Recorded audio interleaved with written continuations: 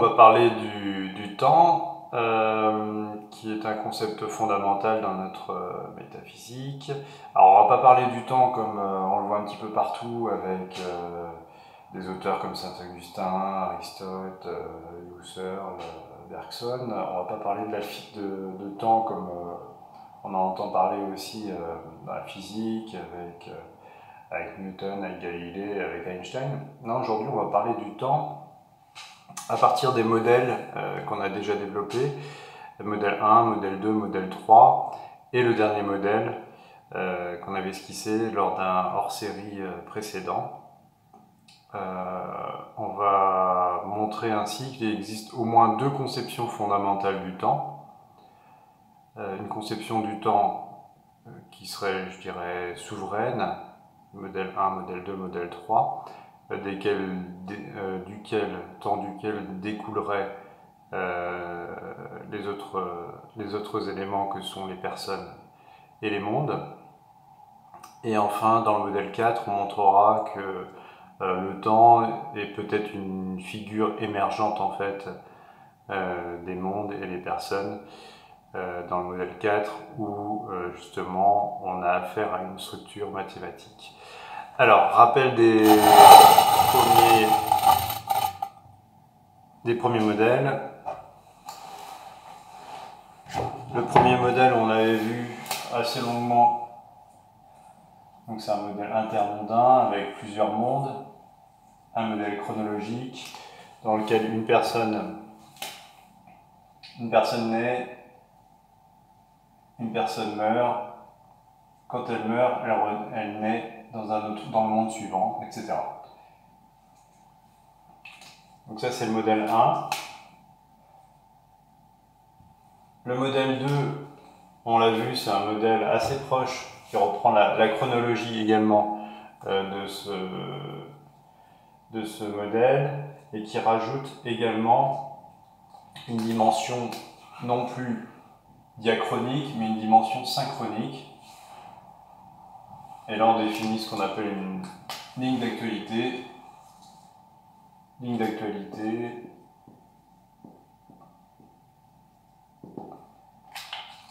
qui signifie qu'au même moment, dans un autre monde, il y a une autre personne.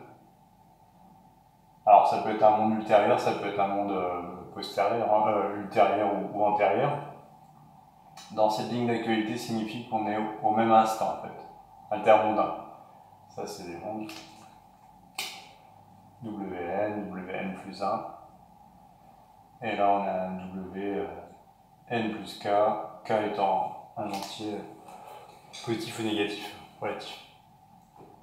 À ce moment-là, donc là, ça c'est le modèle 2. On se rend compte que, je le rappelle, le temps, je dirais, est tout puissant dans ce modèle, car du temps dérive, on avait vu, les personnes qui sont ici, desquelles dérivent les mondes. Je mets monde, mais en fait ça pourrait être W. C'est représenté en W, mais ça veut dire monde. Et le temps bien sûr a une action aussi sur les mondes. Donc tout ce qu'on voit ici, à l'intérieur des mondes, que ce soit les personnes, que ce soit les mondes eux-mêmes, tous les phénomènes qui se passent au sein des mondes sont les effets du temps. Là, on avait défini ici, c'était une ligne d'actualité, non pas une ligne d'actualité, une ligne de vie. Voilà. La ligne de vie d'une personne donnée, vous prenez une personne donnée, et vous définissez sa ligne de vie, LV. Et bien cette ligne de vie, comme la ligne d'actualité qu'on retrouve ici, LA on va dire, tout ça ce sont des effets du temps. Dans le modèle 1, dans le modèle 2 et dans le modèle 3. Pour rappel, le modèle 3, c'est un modèle aléatoire. dans lequel le passage de ce monde-là à ce monde-là se fait de manière aléatoire. C'est-à-dire qu'ici, il y a un processus qui n'est pas déterminé. On ne sait pas dans quel monde, on ne sait pas quel sera le monde N+1. C'est-à-dire que, autant dans le premier modèle, une personne qui était ici arrive nécessairement ici, sans pouvoir sauter le monde, sans pouvoir revenir en arrière, autant ici, là c'est un petit peu la loterie, c'est comme quand on jette les dés, on ne sait pas exactement qu'est-ce qu'on va obtenir comme monde suivant. Ça c'est le modèle 3. On voit bien encore que tout ce qui se passe à l'intérieur des mondes correspond à un effet du temps. TPM, TN. Alors, tout ce qui est à l'intérieur des mondes, ça correspond aussi à la physique. Le temps newtonien dont on parle, le temps tel que le développe Galilée, tel que le développe Einstein, ce sont des temps intramondains, à l'intérieur du monde. Et ici, notre monde, l'univers des physiciens, est considéré comme notre monde. On voit aussi qu'il n'y a pas de circularité, il n'y a pas d'éternel retour dans ce modèle-là. C'est-à-dire qu'il y a effectivement ce qu'on appelle, peut-être à tort, la flèche du temps. Il y a comme une orientation du temps. La ligne de vie est orientée. L'existence d'une personne est orientée. Les phénomènes sont, en apparence, en tout cas dans le modèle 1, irréversibles.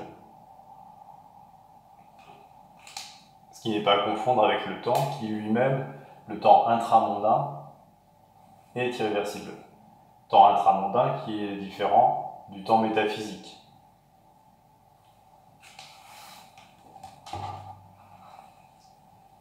Donc tout ce qu'on voit, les phénomènes irréversibles, les mouvements, cette apparence de mouvement, le temps newtonien, le temps galiléen, le temps einsteinien, la relativité générale, tout ça, ce sont des effets du temps. À tel point qu'il y a une irréversibilité du temps et une non-commutativité des événements. Un événement qui est ici ne peut pas être inversé avec un élément qui est ici. On ne peut pas inverser la naissance et la mort, par exemple. Voilà, ça c'est un petit rappel du modèle 1, du modèle 2, du modèle 3. On va donner quelques éléments supplémentaires qui peuvent éclairer sur le temps, la question du temps dans ces modèles-là.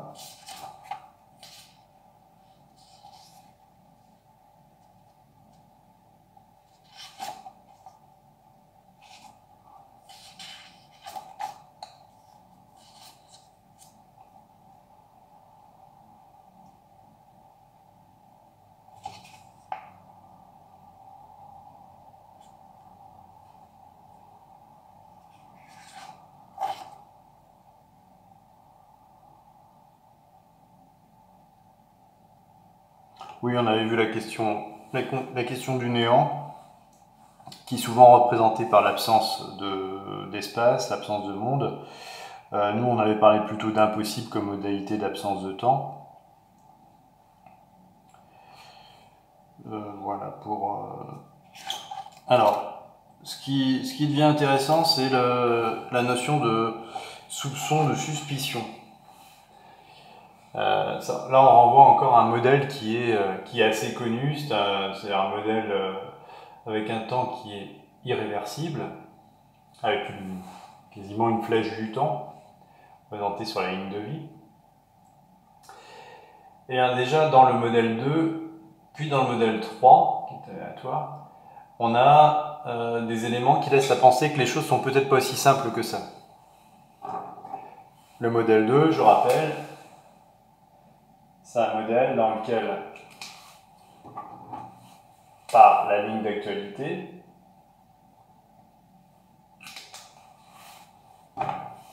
une personne qui est dans un monde peut communiquer d'une manière ou d'une autre, qu'elle s'en rende compte ou pas, avec une personne dans un autre monde. Ça peut être un monde ultérieur, ça peut être un monde antérieur.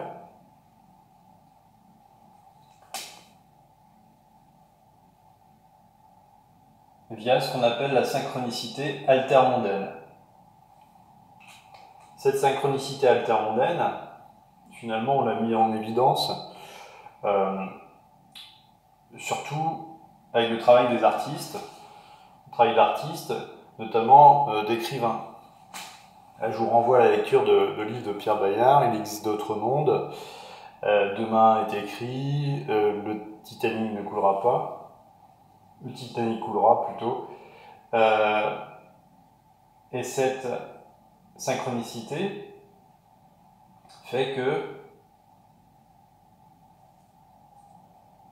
malgré nous, parfois, certaines personnes dans un monde peuvent accéder à leur passé, une partie de ce qui est passé, et une partie de ce qui est futur, depuis ce point-là, qui est le temps présent, on va dire. Là, on est au présent. Et on rend compte qu'il y a parfois certains écrivains qui sont capables d'écrire en ayant une connaissance de ce qui va se passer ici. Ou qui rendent compte de choses qui proviennent d'un passé, mais qu'ils ne pouvaient pas savoir. Donc ça, c'est la synchronicité altermondaine. C'est l'un des premiers éléments qui laisse à penser que le temps n'est pas aussi irréversible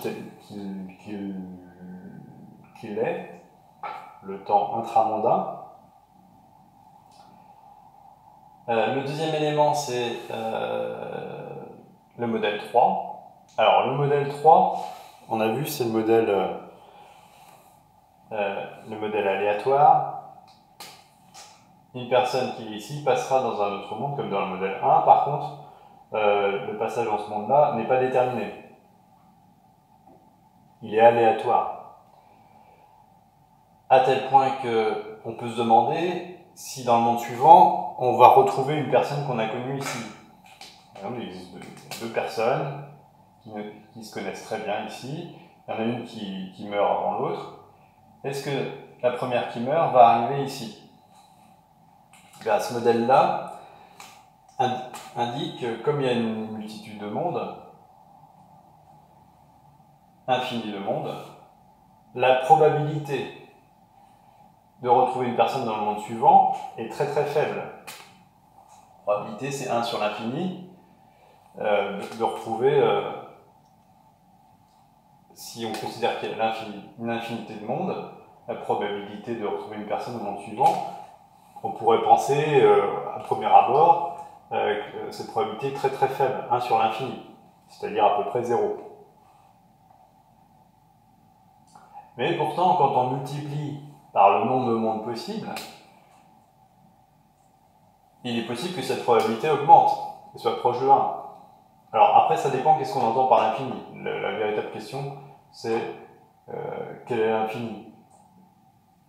Et on sait avec les mathématiques maintenant qu'il existe beaucoup d'infinis différents, avec les transfinis notamment. Donc naïvement, si vous voulez appliquer mathématiquement, on arrivera à la probabilité certaine de retrouver quelqu'un au monde suivant. Bon. Si on se pose donc les choses en ces termes-là,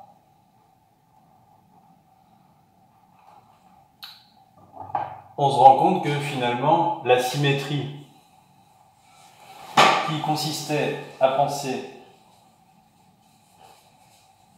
qu'il y a du présent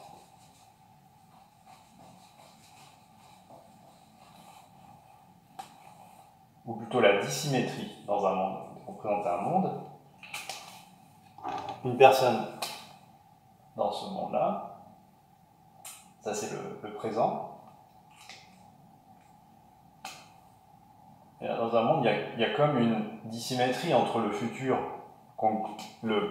l'avenir qu'on ne connaît absolument pas par définition, qui est imprévisible, et le passé qui en principe est connu. Et dans ce modèle-là, on se rend compte que finalement, on va peut-être retrouver des personnes qu'on a déjà connues dans d'autres mondes précédents. On va peut-être revenir à certains mondes qu'on a déjà traversé. Donc la dissymétrie, en tout cas qu'on pouvait penser comme intermondaine, n'est peut-être pas aussi importante que ça. Et il y a peut-être un axe ici, mais un axe qui serait plutôt symétrique, qui laisserait à penser que finalement ce qu'on ne connaît pas dans l'avenir, par définition, ce qui est imprévisible, a un élément de symétrie, même plusieurs éléments de symétrie, dans le passé de la personne qui est là. Donc ça, c'est un autre élément de suspicion, indiquant que les choses ne sont peut-être pas aussi simples que ça.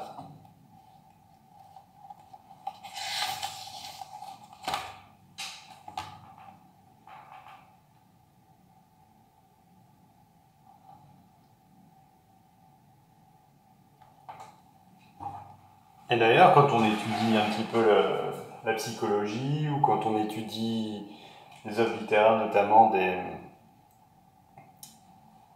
des auteurs de romans policiers, ils utilisent ce qu'on appelle des biais. Ce sont comme des prestidigitateurs qui présentent certaines informations pour attirer l'attention sur certaines informations et faire passer d'autres informations discrètement, informations qu'on pourra relever mais dont on ne fera pas une attention très importante. Or, le cerveau a besoin de combler des lacunes. Il a besoin de continu, en fait, y compris dans notre histoire personnelle. Personne qui est là, on se rend compte que dans notre histoire, il y a beaucoup de choses qu'on a oubliées, et le cerveau recrée l'histoire, l'esprit recrée. Donc finalement, le passé est d'une certaine manière très peu connu. À tel point qu'on peut se demander si, effectivement, on connaît mieux notre passé que l'avenir. Il y a beaucoup de trous. Il y a un autre élément aussi, une autre expérience. Alors là, c'est dans la mécanique quantique. Je m'appuie sur le livre de Marcus du Sautoy, ce que nous ne saurons jamais. Il y a une expérience, alors je ne sais pas si c'est une expérience de pensée, mais on envoie un électron, alors on va dire qu'on est en 2019 ici. Il y a une cible ici. Voilà. Alors on envoie un électron ou un photon, alors je crois que c'est un électron. On va dire il y a 2000 ans. Cet électron, on le fait passer à travers une des deux fentes. Il y a deux fentes qui sont immédiatement là, on va dire là c'est l'an 0. Et on envoie les photons jusqu'à la cible, 2000 ans plus tard. 2000 ans et 19 jours et 19 ans plus tard. Alors l'électron, il va passer soit dans la fente A, soit dans la fente B. Ici, il y a une cible, et là, il y a un observateur ou pas. Et bien, ce qui est étonnant, c'est que selon qu'on mette un observateur ici, le résultat sur la cible, qui est conditionné par le passage dans telle ou telle fente, sera différent. C'est-à-dire qu'en 2019, vous mettez un observateur en 2019, il va avoir une influence sur un électron qui était envoyé 2000 ans plus tôt. C'est quand même assez extraordinaire. Ça laisse à penser que ce qui vient du passé, finalement, n'est pas aussi connu qu'on le pense. C'est quelque chose qui est anormal. Alors, les physiciens penseraient qu'il y aurait en réalité plusieurs choix possibles, un petit peu comme les futurs alternatifs. Là, on a le présent, par exemple. On aurait plusieurs branches, futur, il y aurait plusieurs futurs possibles, etc. Eh bien, ça laisse à penser que cette expérience avec la mécanique quantique laisserait à penser qu'il y a peut-être plusieurs passés possibles. Et que le fait de mettre un observateur au présent détermine quel passé a été envoyé. Donc ça change complètement la conception qu'on peut avoir du passé, car le passé, finalement, on le reconstruit à partir de certains éléments, c'est vrai, sans doute. On le reconstruit en grande partie. Ce qui pose d'immenses questions, questions historiques, questions existentielles. Voilà, donc ça c'était. Il y avait plusieurs éléments de suspicion qui indiquent que les choses sont peut-être pas aussi simples que ça.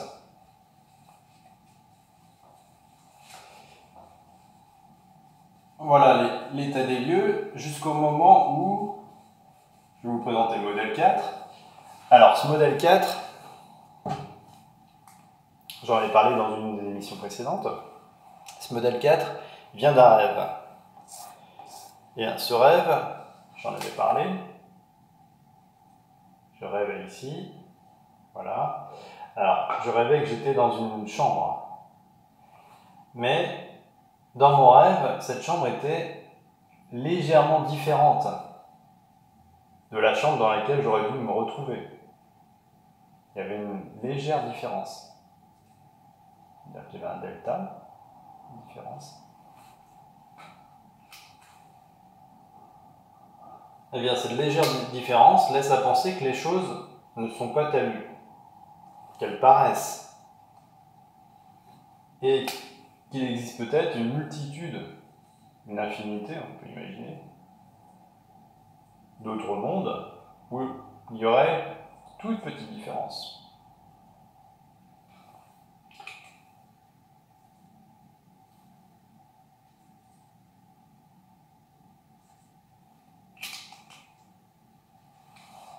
Et si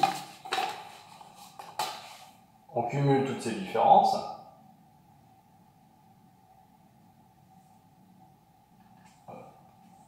on pourrait revenir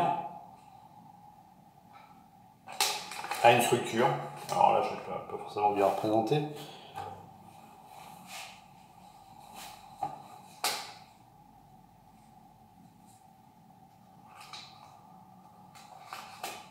On pourrait revenir à une structure. Alors je l'ai appelée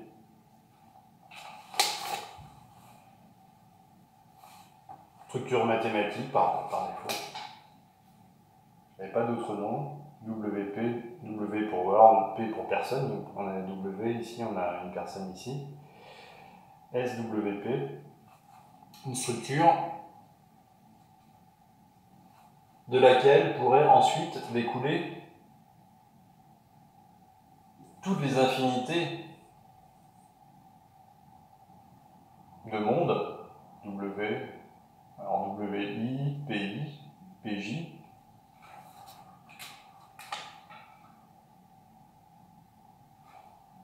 possible, qui fait que si on accédait à cette structure mathématique, on pourrait théoriquement accéder à toutes les consciences de tous les mondes possibles, dans toutes les personnes possibles.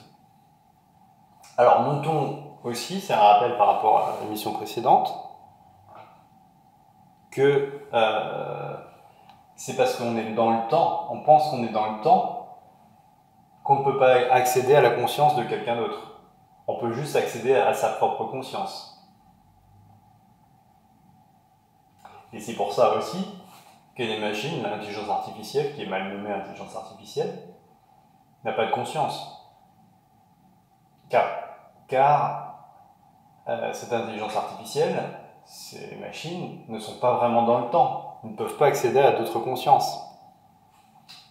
Nous-mêmes, on n'arrive pas à accéder à la conscience de quelqu'un d'autre, autrement que potentiellement par cette structure WP du modèle 4. Alors, imaginez comment est-ce qu'on pourrait fabriquer une machine qui serait capable d'accéder à une conscience dans chacun des mondes possibles. Donc le test de Turing, finalement, montrant qu'on peut pas savoir si une machine a une conscience ou pas, se comporte comme un humain ou pas. Finalement, avec ce modèle SWPJ, IPJ, permettrait, théoriquement, si théoriquement on montre que cette machine n'est pas capable d'y arriver, alors on peut penser qu'elle n'a pas de conscience. Surtout, et c'est la condition, si une personne qui est ici peut accéder à la structure et, en accédant à la structure, arriver à n'importe quel monde, dans la conscience de n'importe quelle personne.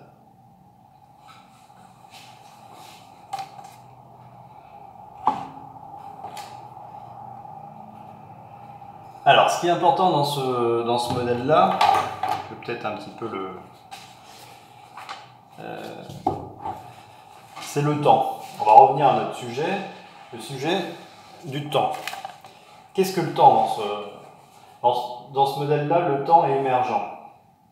C'est-à-dire qu'il émerge, alors je ne sais pas si on va le voir ici, le temps ici. Ça, c'était le modèle précédent. On passait à une personne, on passait au monde. Voilà. Là, ce modèle-là, ça ne fonctionne plus. Ça ne fonctionne plus de la même manière. Parce que ici, ce qui va fonctionner, c'est un autre schéma. Là, c'est le schéma de la structure SWP, qui engendre à la fois les mondes et les personnes. Là, je vais mettre personne et monde. Remarquons que la philosophie classique, finalement, étudie les rapports existants entre les personnes et les mondes. On va un petit peu plus loin avec les structures mathématiques. On élargit un petit peu ce champ-là. Et bien, le temps, dans cette perspective, il émerge, d'une certaine manière, il ressort des personnes. On en a tous fait l'expérience. Et il ressort des mondes aussi, parce qu'il y a un temps, il peut y avoir un temps objectif intramondain. Et on voit que le temps, finalement, est la conséquence de la structure. Alors, il ne faut plus voir les choses de manière causale. Il faut plutôt voir le temps. Dans cette structure, moi, c'est pour ça que j'appelle le temps accordéon.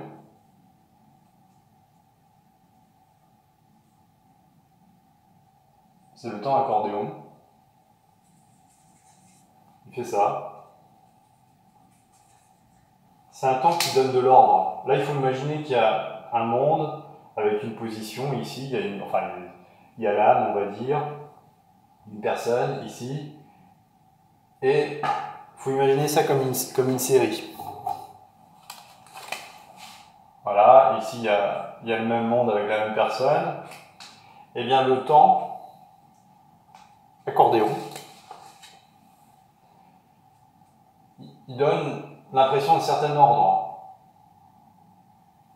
D'où la question de la causalité. On a l'impression que ce qui est avant va conditionner ce qui est après, mais c'est parce qu'il y a un ordre.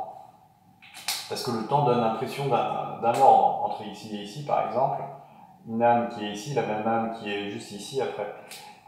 Il y a une série, y compris dans les deux sens, hein, dans le sens, on va dire, synchronique et le sens diachronique de ce qui était avant diachronique et ce qui était avant synchronique. Eh bien, le temps accordéon donne un ordre. Ce qui donne à la fois une impression de continuité et de discrétion. L'âme, par exemple, l'âme, ici, à la fois continue, en une série ordonnée de points, ça va donner une droite, en gros, pour reprendre la métaphore, ou bien discret, le point, une série de points. Et ça, c'est grâce à cette structure qui agit, d'une certaine manière, en coulisses, qui tire les ficelles. Cette structure, on ne la voit jamais. On peut y accéder on peut la deviner, la déduire d'une certaine manière à partir du rêve, par exemple, le rêve qui fait sortir du temps ordinaire, qui était un temps intramondain, on va dire. C'est sortir du temps, imaginer qu'il y a autre chose, par différence, en imaginant qu'il y a plusieurs différences possibles. Parce que par exemple, avec différents rêves, j'ai pensé qu'il pouvait y avoir une chambre différente, que ça pouvait être exactement la même chambre, mais qu'elle était différente parce qu'à côté, il y avait un élément de contexte qui était différent, donc une autre variation. Cet ensemble de variations, par cumul ou par association, laisse à penser qu'il y a une structure que j'ai appelée SWP. J'avais pas d'autre nom. Parce qu'on ne la connaît pas directement. Voilà donc pour ce modèle 4, avec le temps accordéon. À noter que ce qu'on pense parfois être une illusion, finalement, une erreur, un lapsus, quand on voit quelque chose qui n'est pas dans un monde, finalement correspond peut-être à quelque chose qui existe dans un autre monde.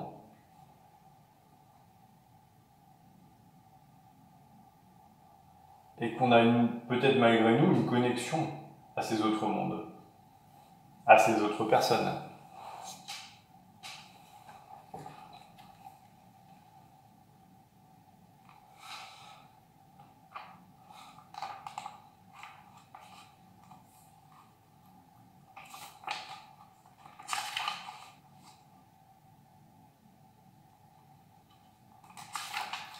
Donc pour récapituler, en réalité, il n'y a peut-être pas de présent, de passé, de futur. Il y aurait juste de l'immédiateté. Puis la construction d'un ordre, je dis bien puis la construction d'un ordre, par le temps accordéon, on va dire, qui surgirait. La construction d'un ordre, d'une sérialisation d'immédiateté qui donne à se positionner un peu plus largement. Et derrière, en coulisses, il y a sans doute autre chose que le temps.